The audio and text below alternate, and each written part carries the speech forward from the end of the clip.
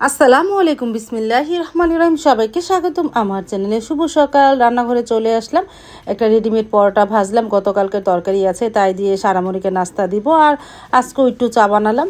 মা তো আসতেছে সকালে, সাইদুল বাবা বলতেছে একটু চা বানাও, মা যদি এসে খায়। অবশ্য নাস্তা খেয়ে রওনা দিবে, বড় ভাবির বাসা থেকে আসতেছে, বড় ভাইয়া নিয়ে আসতেছে। আর আমরা মানে আমি ডিম পোস আর রুটি খেলাম, সাইদুল বাবা রুটি আর চা খেলো। এই সকালের নাস্তা। আমি অবশ্য চা খাবো না, সাইদুল বাবা আর সারামণি একটু খেলো, আর মা আসলে মাকে দিব না। তারপরে তো মা আমরা নাস্তা খেতে খেতে চলেও এসেছে। এই যে আমি রুটি আর ডিম পোস খেয়ে নিলাম, আর মা এসে একটু রেস্ট নিতেছে খাটে বসে, তোমাদের দেখাচ্ছি।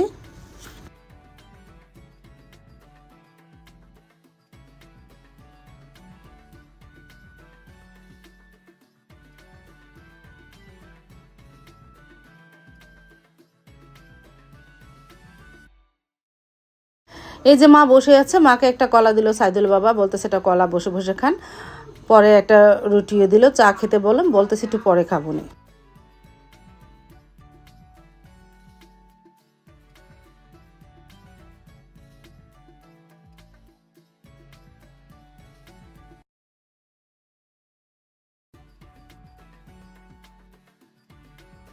তারপরে চলে আসলাম, সাবা তো শুয়ে আছে। সাবার শরীরটা সকাল থেকে ভালো না, আবারও মাথা ব্যথা করতেছে, এই জন্য আর ডাক দিলাম না, শুয়ে আছে। তারপরে মা আসার পর মিজানদের ঘরে গিয়েছিল, দেখে আসলো ঘরটা কি কি তার মানে চুড়ে কি কি নিয়েছে। মার অনেক নতুন নতুন কাপড় নিয়েছে, বেডশিট নিয়েছে, প্রায় 2 ভরি উপরে স্বর্ণ নিয়েছে। মার ঝুমকা, পাশা, তারপরে হাতের আংটি ছিল, তারপরে পাশার সাথে কান টানা চেন ছিল, এগুলো নিয়েছে। মা দেখে তো খুবই কষ্ট পেলো যে চুরে এইভাবে আমাকে ক্ষতি করে গেল।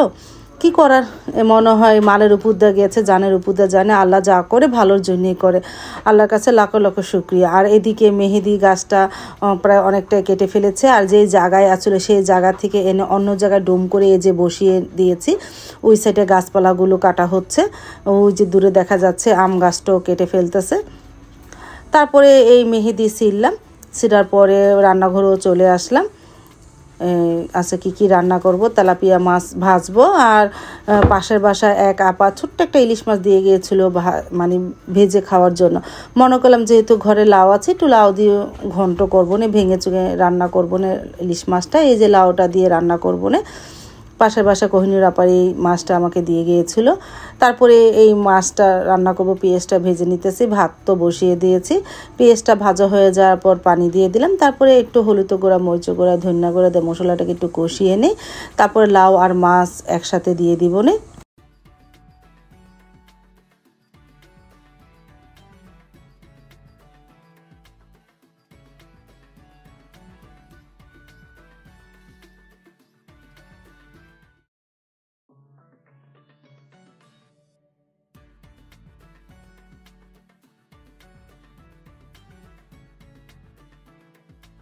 মশলাটা ভালোভাবে কষানো হলো, এখন দিয়ে দেবো লাউ আর মাছ। মাছটা আমি ছোটো ছোটো করে কেটে নিয়েছি।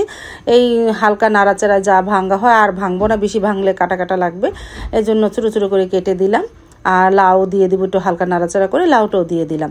আস্তে আস্তে মশলার সাথে লাউ মাছ একসাথে কষায়, যদি পানি ওঠে আর পানি দেবো, আর তা না হলে আর পানি দেবো না, লাউ থেকে অনেকটাই পানি ছাড়ে।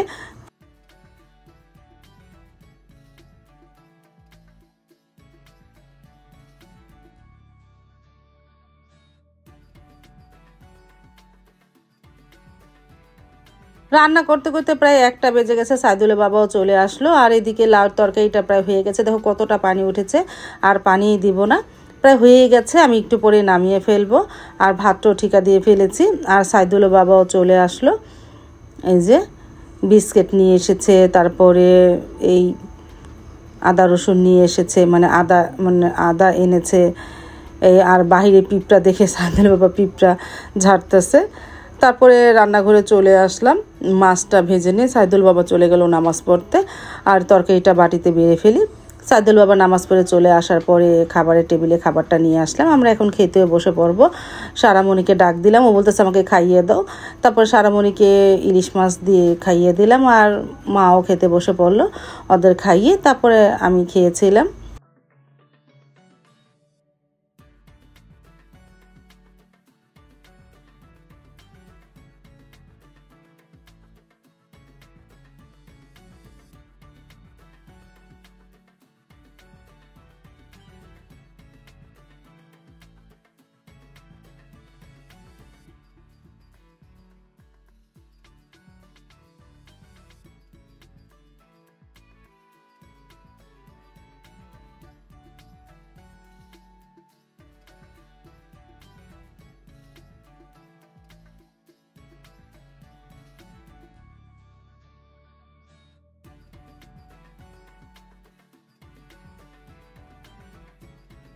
দুপুরে খাওয়া দাওয়ার পর তো আর ভিডিও করিনি। তারপরে সন্ধ্যার পরে রান্নাঘরে আসলাম, দুধ বের করে রেখেছিলাম, দুধ জাল দিয়ে নিয়েছি আর এখানে চিনি দিয়ে ক্যারামেল বানাচ্ছি।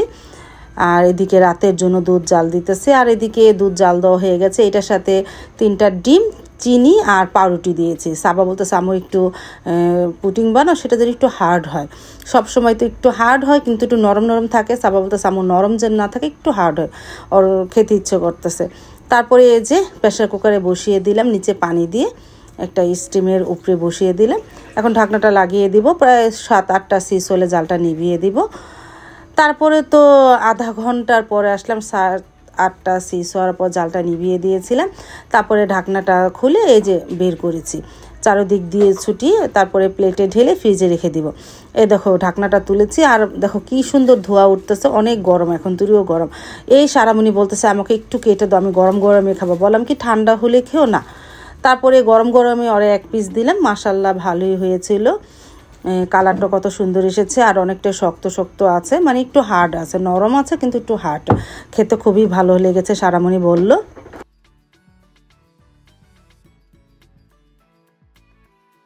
এই যে সারামণিকে তুলে দিলাম, ফ্রিজে রাখলে আরেকটু হার্ড হবে, ভালোই হয়েছিল।